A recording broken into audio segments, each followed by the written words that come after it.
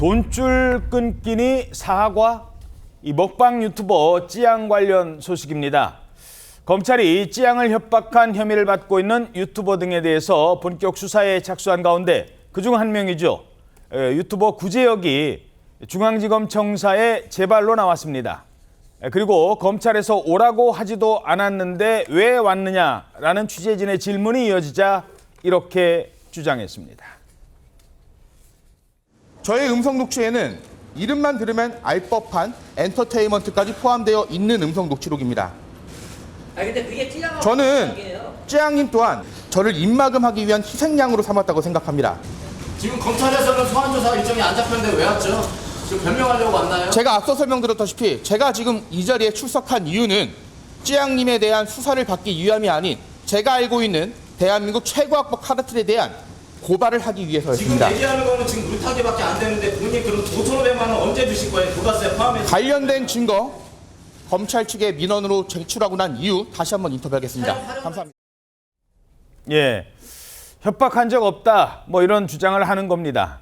그러면서 찌양에게 받은 돈도 기자가 물어봤어요. 그래서 부가세 포함 5,500만 원 그거 언제 줄 건데요? 뭐라고 했습니까? 이번에 구제혁이 좀 생각지도 못했던 주장을 했는데 네. 나와 찌양 씨는 모두 뭔가 어떤 입막음을 위한 여론조작 사건의 희생양이다. 본인이 희생양이다. 희생양이다라고 주장하면서 찌양에게 나는 공갈 협박을 한 사실이 없다라고 이야기하면서 찌양 씨로부터 5,500만 원을 받긴 받았는데 그건 리스크 관리를 위한 용역이었고 그걸 먼저 부탁한 것은 찌양 측이었고 나는 어쩔 수 없이 계약을 받아들였을 뿐이다. 계약을 내가 받아들였을 뿐이다. 어쩔 수 없이 받아들였다고 하면서 5,500만 원 돌려줄 거다라고 하면서 만약에 찌양 측에서 받지 않는다고 하면 공탁 형식으로 돌려줄 것이다. 이렇게 이야기했습니다. 자, 오지원 변호사님. 5,500만 원 돌려주면 모든 일이 없었던 일이 되는 겁니까? 그렇지는 않습니다. 만약에 공갈 행위가 있었고 이로 인해서 부정한 이익을 받았다라고 하면 그 자체로 범죄가 성립이 되는 것이지 나중에 그 부정한 수익을 돌려준다고 해서 성립된 범죄가 사라지는 것은 아닙니다.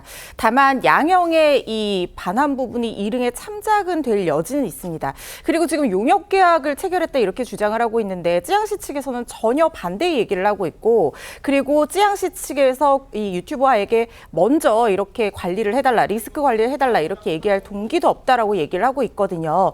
그렇다고 하면 만약에 어떤 협박으로 형식상의 이런 계약을 체결했다 그러면 이거는 또 하나의 강요죄에 해당할 여지도 있습니다. 어허. 그래서 이 부분은 수사기관의 수사를 좀 지켜봐야 되는 부분이라는 생각이 듭니다. 예. 뭐 이 찌양 사건만이 아니라고 합니다. 사실 그동안 여러 조사도 받았대요. 구제혁이 다른 협박 사건에도 여러 건 연루가 돼 있다고요? 네, 맞습니다. 지난 5월에는 또 다른 협박 혐의로 기소된 사건에서요. 200만 원의 벌금형을 선고받은 사실이 뒤늦게 드러났습니다. 구제혁은 지난 2022년 3월쯤에 이제 어떤 한 A씨가 택배 기사를 상대로 갑질을 했다. 이런 온라인 글을 보고 A씨 측에 접근을 했습니다. 그러니까 기사를 보고 온라인 글을 보고 본인이 전화를 하는 거예요? 네, 일반인에게 접촉을 합니다. 그래서 당신 아들도 당당하지 못한 사람이더군요. 다음 영상을 기대하십시오라는 문자를 보냈습니다. 잠깐만요. 뭐라고 보냈다고요? 그러니까 이제 뭐 당신 아들도 당당하지 못한 사람이다. 다음 영상을 기대하라. 그러니까 이게 사적 제재를 명목으로 일반인에게도 협박을 했던 건데요. 반론권 보장을 언급하기도 하면서 A씨의 모친과 가족들에게 문자를 보내서 협박을 했고 가족들의 신상을 공개하겠다고 또 협박했습니다. 이 내용이 유죄가 돼서 벌금형이 나왔던 겁니다. 그런데 이 외에도 수원지법에서 지금 재판 중인 사건만 8건이고요. 일부 사건에 대해서는 이 검찰이 최근 징역 3년을 구형하기도 했습니다. 예, 아직 뭐 1심 재판 결과는 안 나왔지만 검찰이 3년을 구형한 사건도 있고 남의 얘기 듣고 아들도 뭐 당당하지 못하던데 다음 영상을 기대하라고요? 이런 게 바로 협박 아닌지요? 자, 찌양의 돈을 받은 것으로 지목된 또 다른 유튜버도 있습니다. 이 사람도 자신의 입장을 밝혔는데 그나마 구제혁과는 조금 결이 다릅니다. 300만 원을 구제혁님으로부터 입금 받았습니다. 그렇게 받은 300만 원이 제가 유튜브를 하면서 불순한 의도로 받은 처음이자 마지막 돈이었습니다. 자, 본인이 얘기를 해요. 불순한 의도로 받은 거 맞다. 이 혐의에 대해서 어느 정도는 시인을 하는 건데 그러니까 그 300만 원 왜 받았다는 거였죠? 그렇죠. 해당 영상에 따르면 그 전국진은 지난 그 2020년 11월에 이 처음 찌양의 그 사생활에 대한 제보를 받았다고 하는데 그때는 그냥 넘어갔다라고 합니다. 근데 2, 3년 지나고 그 코로나 여파로 생활과에 좀 그 시달리면서 생각을 좀 바꿨다고 합니다. 이 전국진 뭐 경제적 어려움이라든지 또 찌양에 대한 뭐 부정적 생각 그리고 또 구조액이 지금까지 그런 행위를 몇 번 했을 거라는 그 추측이 좀 합쳐지면서 이 나쁜 사람 돈은 좀 받아도 되지 않나라는 생각을 하게 돼서 구조액에게 그 전화를 했다고 합니다. 나쁜 사람 돈은 좀 받아도 된다. 예. 그래서 이제 다만 이제 구조액이 자신이 뭐 알아서 할 테니까 맡겨라라고 했는데 이후에 뭐 찌양 측과는 어떤 만남도 갖지 않았다고 지금 주장을 하고 있습니다. 예. 자, 생활고 때문에 돈이 필요했고 찌양이 나쁜 사람인 줄 알았다. 그리고 구지혁한테는 어차피 나쁜 사람 돈은 받아도 되는 줄 알았다. 결국 모두 뭐죠? 돈 때문이었다는 거잖아요. 몇 천만 원, 몇 백만 원 때문에 한 여성의 감추고 싶었던 그 아픈 과거를 결국은 자기 입으로 말하게 만든 겁니다.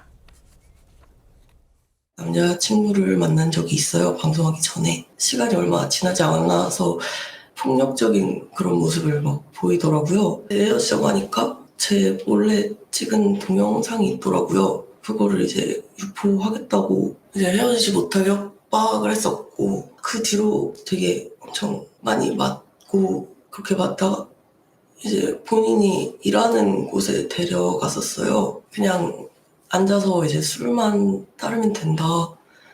그냥 대화 상담을 해주면 된다고 잠깐 동안 한 적이 있었습니다. 이제 그 당시에 제가 그걸로 버는 돈도 다 뺏어갔어요.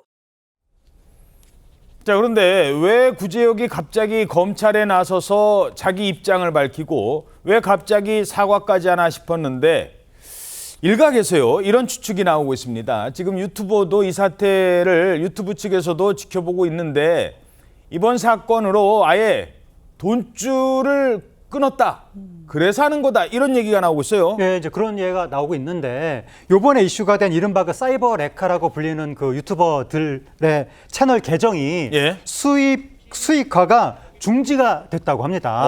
이미 중지가 됐다는 거예요. 예. 왜 그러냐면 유튜브에 관련 정책이 있는데 타인에게 악의적으로 해를 입히려고 했거나 학대 또는 폭력에 가담하거나 잔혹성을 보이거나 사기 또는 기만 행위에 참여해서 실질적으로 해를 입힌 경우에는 불이익을 줄 수 있다. 예. 이러한 정책이 있다는 거예요. 거기에 의거해서 지금 수익 창출이 금지된 것이 아니냐 이런 추정이 나오고 있습니다. 그렇군요. 그러니까 뭐 광고 수익 뭐 이런 게 많거든요. 사실 그 돈 때문에 뭐 남의 뭐 아픈 거 과거 들춰내고 폭로하겠다 협박하고 막 그러는 거 아닙니까?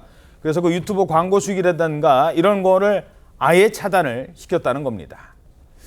자, 이런 상황에서 찌양에게 죄송하다. 과연 진정성 있는 사과라고 할 수 있을까요? 찌양의 상처받은 마음이 치유받을 수 있을지요? 자, 그래서 찌양 측의 입장도 직접 들어보시죠.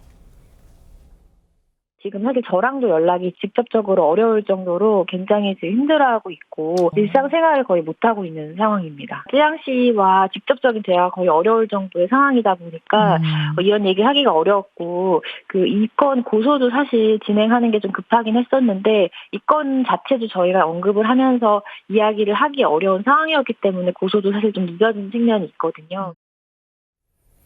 자, 이게 참 마음의 상처가 얼마나 크면 고소 진행이 지금 어려운 상태라는 걸까요?